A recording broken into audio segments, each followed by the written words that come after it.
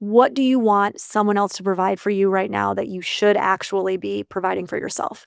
And this idea of like the difference between support and outsourcing, support looks like I'm scared and I can tell you that I'm scared, but I'm not like looking for you to fix it, right? Outsourcing is the opposite. Outsourcing is I'm scared and now you have to fix it for me or obviously you don't love me.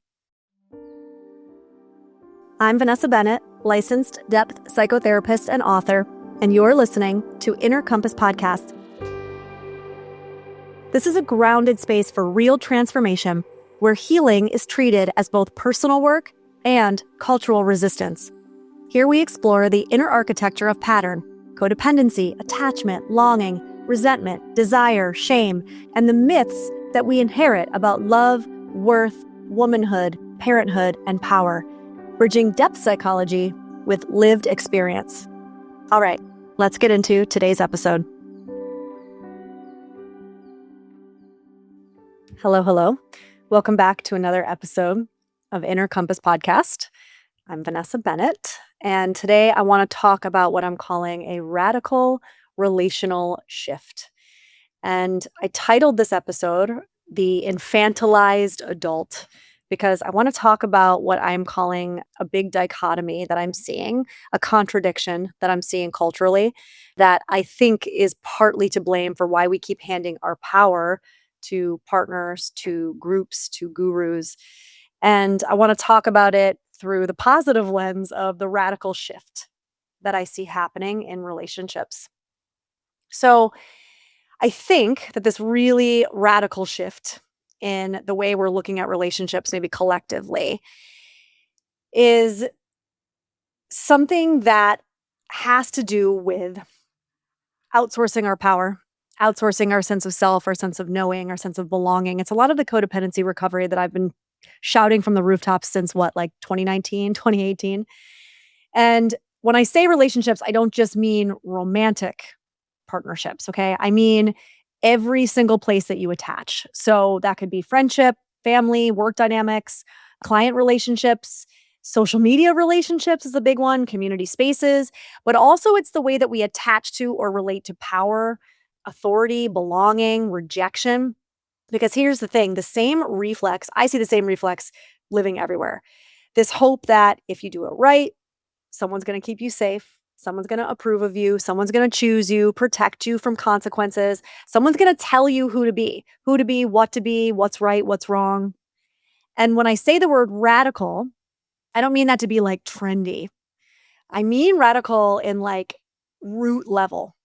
So root level is like the thing that keeps, let's talk about roots, right? The things that keep trees rooted and grounded and stable.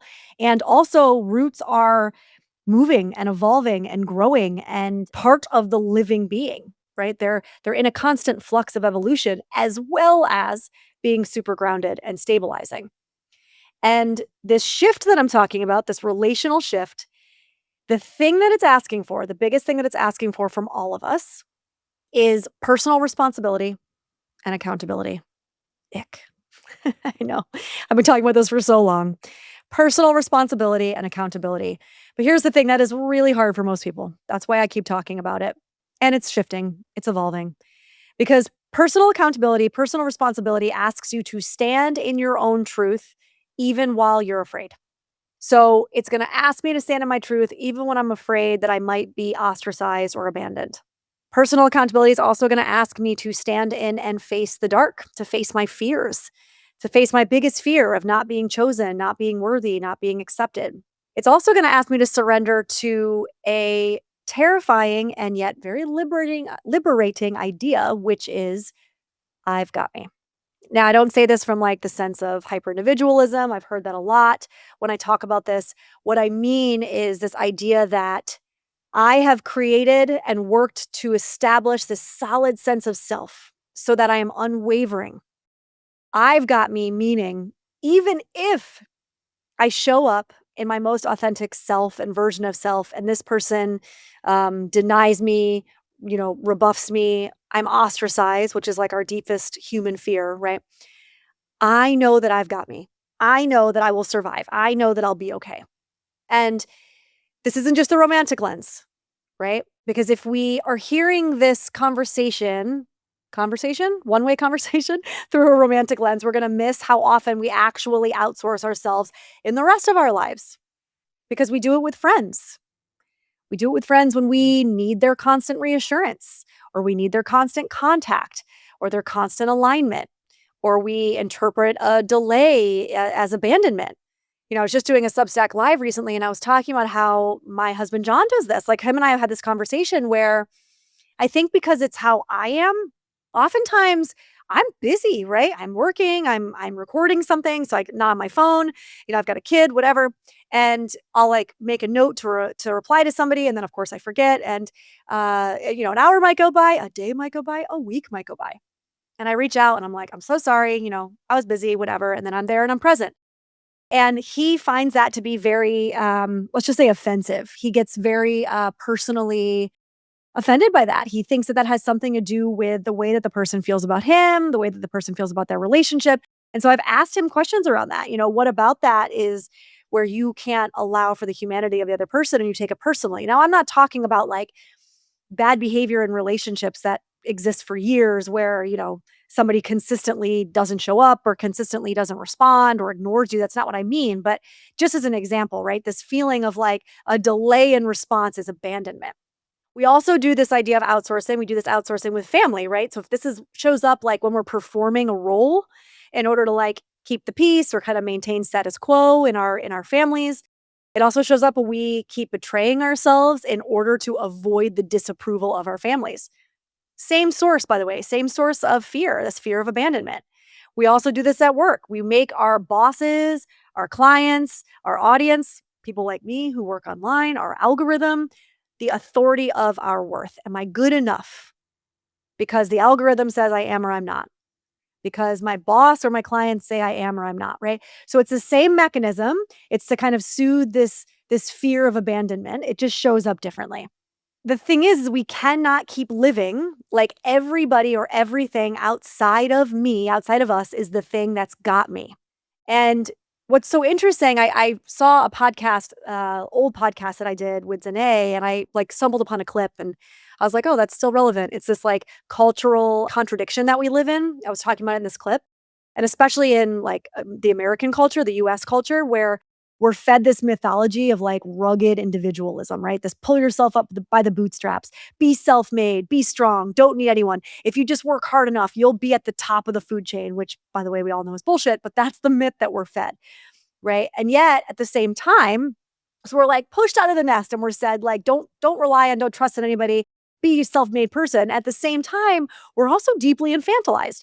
So we're trained constantly to believe that there is something above us or outside of us that's going to tell us what to do, how to live, who to love, how to love, what's right, what's wrong, right? And this is a very patriarchal structure, this externalizing. And it's not only in our relationships and our society, it's in our religions, it's in our institutions, it's shows up in influencers, in our algorithms, in our self-help world. It shows up in this idea of experts, which is like this culture of certainty. I've said over and over again, I don't love the word expert. People will be like, "Oh, aren't you a codependency expert?" And I'm always like, "Ooh, there's something about that word that I struggle with because I'm like, no, I'm not the expert on you. I'm the expert. I'm not even the expert on me, or maybe barely, right? I'm trying to be. But it's this culture of certainty because if we can have some sort of certainty given to us by an external force, we feel less anxious. And we see this culture of certainty or like how this shows up, I guess, in community as well. We're always looking for the group to tell us what's allowed. What are we allowed to feel? What's acceptable to say? What makes somebody good or bad? Right? Who is safe and who isn't? Who am I allowed to listen to, follow, respect, whatever, and who am I not allowed to? Right? So we start living for the belonging of the group instead of living from our own integrity. And I'm also not saying that like it's a free for all. Like, of course, we need to show up in society and in community and be respectful and not do harm to other people. And the pendulum has swung so far to the side of outsourcing that external authority that this is where you start to see things like groupthink take hold, right? Because we have lost such deep connection to our integrity. And we're not just outsourcing ourselves now to, community. It's like we're outsourcing ourselves to everything, to a partner, to whoever's in the room, right? And so it's so interesting. Like we perform independence, this kind of myth that we live in.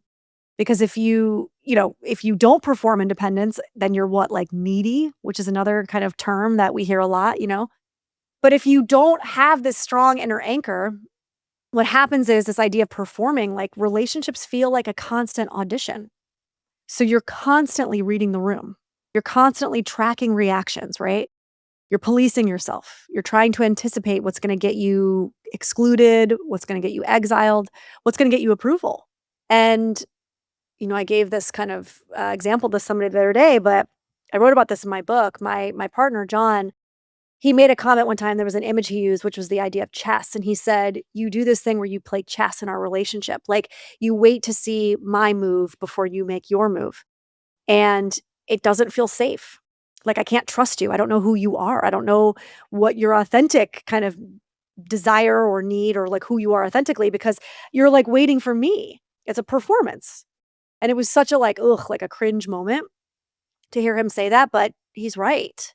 And that is really the same as this idea of infantilization that I'm talking about, right? Which is like, tell me the rules, tell me how I'm allowed to be so that I don't have to risk being real and the potential downfall or outcome that comes from being real. So it's like we're starving on one hand to be told what to do because being told what to do means you don't have to feel the fear around making a decision or a choice. You don't have to risk being wrong.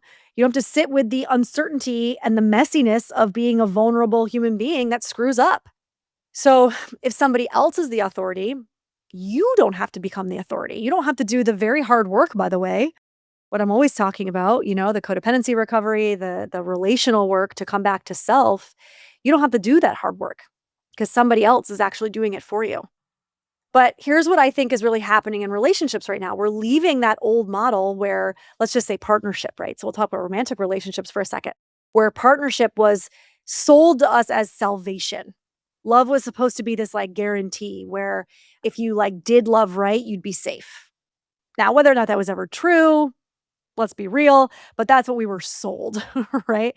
But we're really being asked now to enter into a new model where relationships are not looked at anymore as like rescue or to hide in.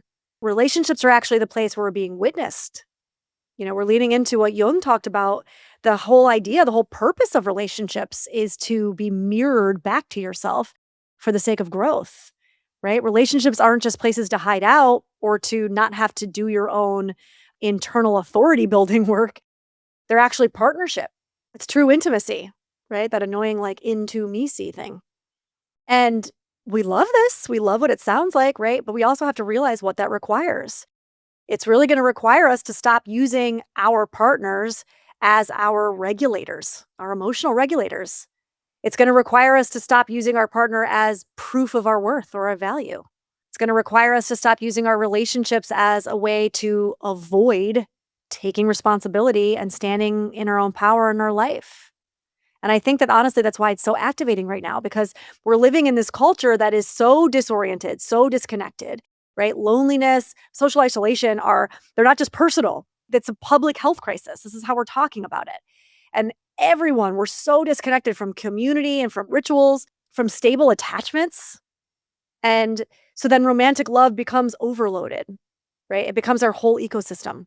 And one person, Esther Perel talks about this a lot, one person being asked to be your best friend, your family, your primary support system, your therapist, your lover, your co-regulator, your meaning maker, your home. That is not intimacy. It's not. It's actually like a collapse of self. It's a collapse of community. And it's not just overloading to the romantic relationship itself, but everything gets overloaded when we start to look at relationships through that lens, right? So if we're looking at relationships to do those things for us, they get overloaded. So friendships are going to get overloaded if that's how you're viewing them. Community spaces are going to get overloaded if that's how you're viewing them. Group chats, right? Overloaded. Social media, overloaded. Like we're just outsourcing all the time. And we're just expecting our relationships to function like this constant nervous system balm. And it's total dependence, which is that like infantilization. And here's the thing, when the world is chaotic, which, oof, it certainly is, right? Now, by the way, it's always chaotic to a certain degree, but I think right now, most of us are feeling like, holy shit, it's even more than, I don't know, normal. I was gonna say normal. What the hell does that mean? But when the world is chaotic, right, certainty becomes even more addictive. So, of course, this idea of like rigid relationship scripts are kind of having a comeback moment. There's some of us that are over here shouting from the rooftops that we need to be doing this internal work, that we need to be like rewriting the way we show up in relationships, doing this personal accountability work, yada, yada, the things that I'm talking about. Then you have this like traditional roles content that's starting to circulate. The whole like trad wife phenomenon is an example, right? People want a map that promises safety, and rigidity can fake safety. It can make our nervous system feel safe. If I do it this way, I won't have to face how scared I feel, how chaotic the world is. I won't have to face the amount of work it's going to take for me to have personal responsibility and stand in my own truth. And this shift that I'm talking about, it doesn't let you bypass that fear, right? It asks you to be an adult in the deepest, most psychological sense. Not like the adult who pays taxes adult, but like in the I can hold myself, like I was saying, I can self reflect, I can own my impact, I can tolerate discomfort without needing to control somebody else or make it go away. And relationally, that's what being an adult looks like. In community, it might look like I can be disappointed without punishing. I can be activated or I can be triggered without making it your job to manage it or fix it or make it your fault. And I can name the impact of somebody or something that somebody's done without making them a villain. Or maybe it's like, I can be in disagreement with you without trying to exile you, which is a huge thing for us right now in a community, in our community. I can also feel a sense of belonging, partly because I know I belong internally without needing the group that I'm surrounding myself to be exactly like me, identical to me. And so this is where people start to get tripped up, I think, because we confuse, let's say, surrender, right, as like submission. A lot of people think that surrender is like, there's no action behind surrender, that surrender is like, what's the word I'm looking for? I lost my word. But it's like this, it just doesn't have action. We'll leave it there. And when my perimenopause brain comes back online, I'll say the word. But submission, not surrender, but submission actually says like, you know better than me. So I'm going to obey you. I'm going to do what you say. Surrender says, I'm going to stop fighting reality. I'm going to stay present. I'm going to meet myself in that presence. Those are not the same thing. Surrendering to reality and holding yourself, whether that means holding yourself accountable, whether that means just like riding the wave of like fear or whatever that big emotion is, that's not the same thing. And what gives me hope, I think, is like this shift is not just making the shift that I do see happening for those of us who are kind of screaming that from the rooftops, but also I think culturally, it's making real community actually possible again. Because people who have that strong sense of self, they don't come into community actually needing to be rescued, right? They don't need to be mirrored constantly. They don't need to be constantly right. They're actually coming into community able to contribute, they're able to repair, they're going to be able to tolerate difference without making things like right, wrong, or dangerous. And I think that patriarchal culture really sold that like submission and surrender are the same thing. I wonder if that's why we have such like a weird response to the word surrender, because we think of surrender in the white flag, right? Which means like giving up. And I think it's because our patriarchal culture really sold us that obedience somehow was connected to virtuousness. You know, we were sold that like doubt or not knowing was dangerous, that authority lives outside of us. And if you play by those rules that you were sold, that you'll be good and chosen and safe, right? And if you internalize those rules, which of course we all do, and you then bring it into your romantic relationships or like your communal relationships, you're going to look for somebody else to be the authority over your life. Or you're going to be the authority over somebody else's life. Because let's be real, shout out to those of us out there that are more the overfunctioners.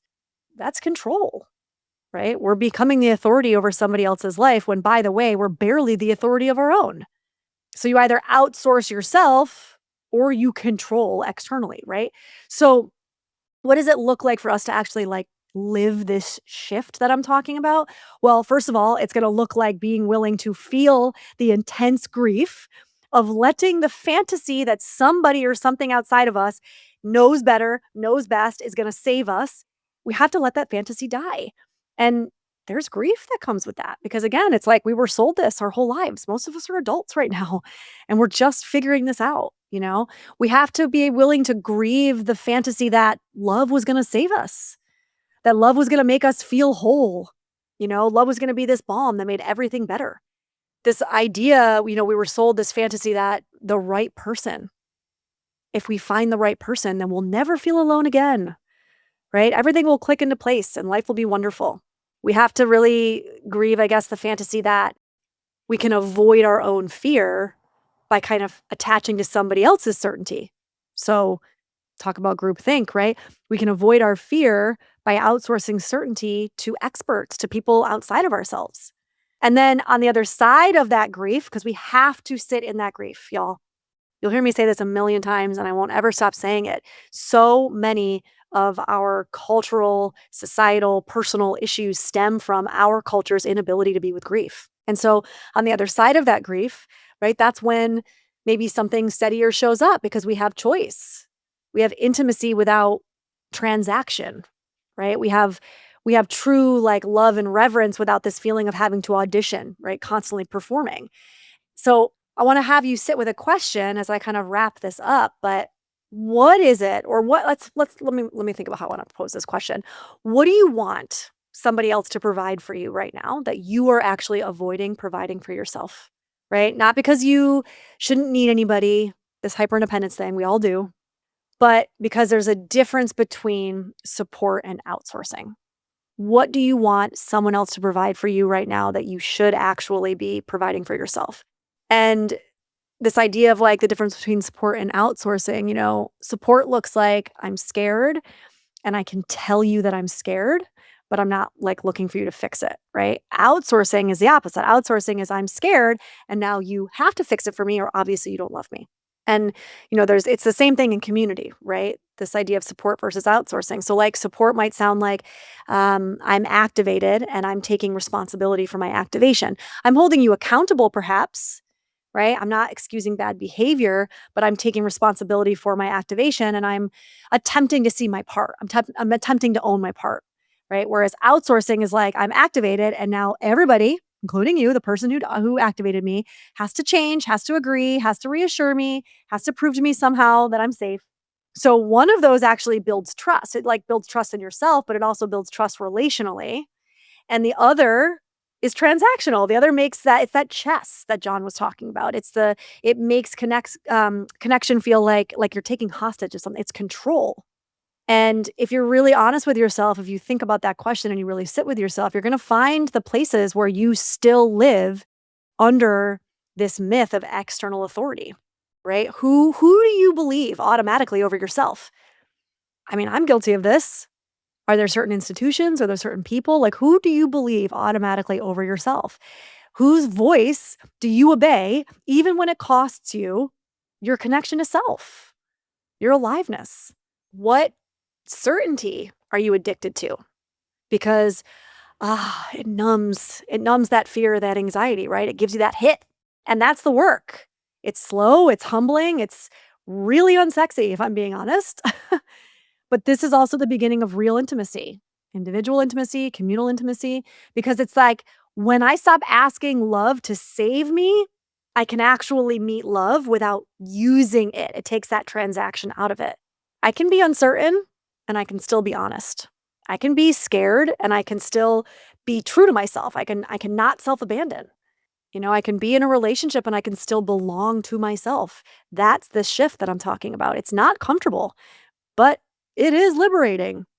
And so, I don't know, maybe that's the deeper invitation, right? If I stop outsourcing my sense of self, my like center, I don't become just a better partner or a better friend, right? I become safer. It's like what John was saying. I don't trust you, right? I become a cleaner family member. I become a more honest colleague. I become more trustworthy, not just individually, relationally, but like in groups. I stopped bringing like my unlived life, my kind of desire for somebody to complete me, something to tell me that I'm good enough into every single room as pressure that I put on other people. I show up with more dignity, more stability in self. And truly, that's how community becomes something other than performance. It's something that we can actually rest inside because we're seeing each other, right? For real, like who we actually are, we're seeing each other and we're able to show up and honor and respect that. We're not just seeing the other person as what they can give us, what they can provide us, how they can make us feel. I hope that was helpful. This is a new podcast, obviously, so it's always helpful if that resonated for you to share it with a friend, rate, review, and subscribe so that you don't miss one. And make sure you go to my website, vanessabennett.com, to check out all the other things I do because I spin a lot of plates. So I have a coaching academy where I train people in depth psychology. I have a private community. I have a Substack where I do a lot more deeper dives, especially in the myth realm. I get into my like nerdy myth self with relationships and social media. You can follow me there too. All right, y'all. Until next time.